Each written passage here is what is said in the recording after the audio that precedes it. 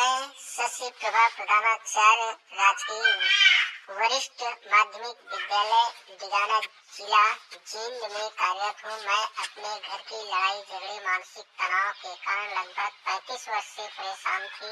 पति मारता भी था, सारा वेतन छीन लेता था तथा जितना उससे परेशान किया जाता वो करता था।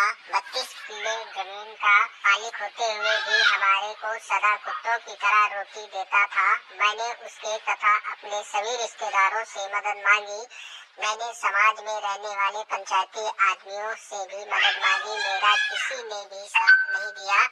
ये विचार करके संत बिगड़े कार्यों को संवार दिया करते हैं। मैंने आनंदपुर मध्य प्रदेश वाले को गुरु बनाया, लेकिन घर में वही क्लेश। लड़कियां परमात्मा की दया से अपने दम पर पढ़ाई की। अब शादी नहीं हो पा रही थी, बाप ने रिश्ता ढूंढना बंद कर दिया। अब इसी उलझन के कारण मैं बालाजी गई, बगड़, धौलीधार, हिमाचल प्रदेश गई। पीर फकीर गुरुद्वारे का सहारा लिया। घर में जब अकेली होती थी तब रोती थी कि धरती पर परमात्मा है ही नहीं। जुल्म और नाइंसाफी सहन करती करती मेरी हालत पागलों की सी हो गई थी। फिर एक दिन यह दुखी आत्मा उस परमात्मा के दरबार तक पहुंची जो दुख निवारण करता है। मेरे पड़ोस में पाठ हुआ। मेरी पड़ोसिन मुझे प्रसाद देने के लिए मेरे घर बुलाने आई। जाने के बाद बातचीत हुई। पाठ के बारे में बताया कि यह पाठ परमात्मा की सच्ची वाणी है जिससे दुख कटते हैं, परंतु यह पाठ केवल संत रामपाल जी की आज्ञा अनुसार करवाने से ही लाभ होता है। अन्य किसी से पाठ करवाने से कोई लाभ नहीं होता। जैसे राजा परीक्षित को कथा सुनाने के समय किसी भी ऋषि ने की हिम्मत नहीं की, क्योंकि वे अधिकारी थे और 7वें दिन परिणाम मिलना था। इसलिए वर्ग से ऋषि सुखदेव आए। उन्होंने राजा परीक्षित को नाम देकर शिष्य बनाकर 7 दिन तक कथा की। तब राजा परीक्षित को कुछ राहत मिली। वर्तमान में कोई भी वास्तविक ज्ञान व सत्य साधना से परिचित नहीं है, इसलिए कोई भी पाठ कर देता है जिससे साधक को कोई लाभ नहीं होता। वो बहन जिससे मेरी चर्चा हुई संत रामपाल जी महाराज के विचार सुना करती थी। अशिक्षित होते हुए शास्त्रों का गूढ़ रहस्य संत जी से सुना। परमात्मा मेरा हाथ पकड़ने जा रहे हैं। बहन ने बताया हमारे गुरुजी के दुखों का निवारण करते हैं। मैंने अपने को व्यक्त किया कि आप मुझे अपने गुरुजी के दर्शन करवा सकते हो। मालिक की दया से अगले दिन महाराज के विचार सुना करती थी। अशिक्षित होते हुए शास्त्रों को गूढ़ रहस्य संत जी से सुनाया।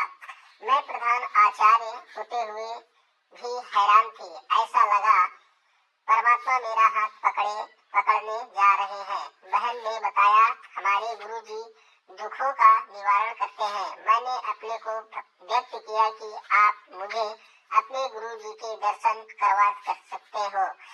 मालिक की दया से अगले दिन मैं गुरु रामपाल महाराज जी को साधारण सी कुर्सी पर बैठा पाया। मैं नहीं जानती थी कि संत क्या होते हैं, उनकी महिमा क्या होती है। जो जितना ऊंचा होता है वो उतना ही साधारण दिखता है।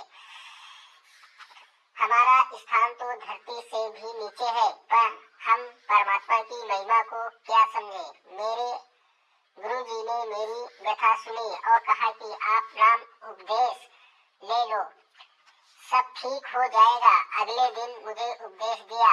1 महीने के अंदर लड़की का रिश्ता आया और फिर शादी हुई। मुझे ऐसा लगा कि कुछ अनहोनी सी हो रही है। वही पति जो रिश्ता भी नहीं कर रहा था आज शादी कर रहा है। फिर कुछ समय बाद मेरी बड़ी लड़की के पेट में रिसौली हो गई। बच्चा अभी था नहीं, फिर चिंता बनी। मैंने अपने लड़कों को कहा कि तुमने देखा कि जब हम फिल्म देखते हैं तो इधर से परमात्मा की प्रार्थना की जाती है और उधर से किसी व्यक्ति का ऑपरेशन चल रहा हो तो वह ठीक हो जाता है। मेरी बात से सहमत हो गया और मैं ताजपुर सदगुरु के सत्संग में सेवा में चली गई। वहां से मैं लड़की के पास अस्पताल ले गई। ऑपरेशन ठीक हुआ। जो शंका कैंसर की हुई वो भी ठीक हुई। फिर लड़की गर्भवती हुई। इतने में जमाई के साथ एक ट्रैक्टर मोटरसाइकिल की दुर्घटना का चमत्कार मिल गया। मुझे तो मेरे पूज्य गुरुदेव जी के अतिरिक्त कुछ नहीं सूझता। मालिक की जितनी महिमा गाऊं थोड़ी है। इस जीवा से जितना मैं अपने गुरु जी की महिमा लोगों को सुनाऊं थोड़ी है। डेढ़ महीने के अंदर ठीक होकर जमाई घर आ गया। दुनिया क्या समझे कि मेरी प्रार्थना परमात्मा सुनता है। जिस दिन से मैंने ये उपदेश लिया, मैंने उन नकली संतों की फोटो अपने आंगन से डालकर स्वाह कर दी। उस दिन से मेरी यह जीवन की गाड़ी पटरी पर चढ़ी। 23 सितंबर 2003 को मैंने अपनी जागती आंखों से 4-5 बजे को एक भयानक आकृति देखी। इतनी भयंकर आकृति का व्यक्ति था कि यदि नाम न ले रखा होता तो मेरा दिल फट जाता। परंतु मुझे उस समय तो भय नहीं लगा, लेकिन यह एहसास हो गया था कि यह यमदूत है। अगले दिन मैंने अपने गुरु जी को बताया, जिन्होंने यह स्पष्ट किया कि मेरे उक्त दिन को श्वास पूरे हो गए थे। अब मैं अपने परमात्मा स्वरूप गुरु जी की दया से ही जी रही हूँ। इन्हीं की कृपा से छोटी लड़की की शादी एक इंजीनियर लड़के से पिछले वर्ष हुई।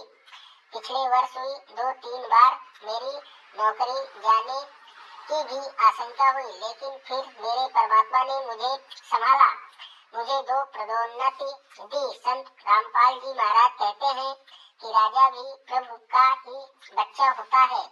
उससे भी प्रभु की शक्ति काम करती है। परमेश्वर ही अपने साधक के लिए राजा में प्रेरणा करके सर्व फेर बदल करा देता है। करता हुआ राजा दिखाई देता है, परंतु कराता परमात्मा ही है। कोई मेरे गुरु रामपाल महाराज जी का आसरा लेकर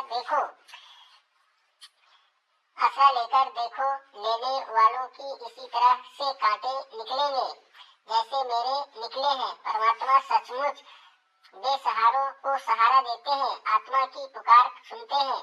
मेरे साथ इन चंद वर्षों में जो हुआ उसे केवल परमात्मा ही कर सकता है।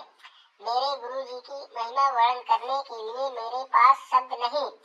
यह स्वयं ही कबीर साहिब के अवतार हैं। जो परमात्मा का दीदार चाहता है वो करौथा आना न भूले। मुझ छोटे से जीव को आपने कैसे उभारा, आपकी मैं कृतज्ञ हूँ। किन शब्दों में आपकी महिमा गाऊं, इन्हीं शब्दों को पाठक अपने हृदय में उतार लो और लाभ उठाओ। संत साहेब। तो दोस्तों, यह वीडियो सुनकर आपको कैसा लगा? दोस्तों, चैनल सब्सक्राइब ना हुआ हो तो चैनल सब्सक्राइब कर लीजिएगा। दोस्तों, बेल आइकन दबा दीजिएगा ताकि आपके मोबाइल पे नोटिफिकेशन हमेशा मिलती रहे।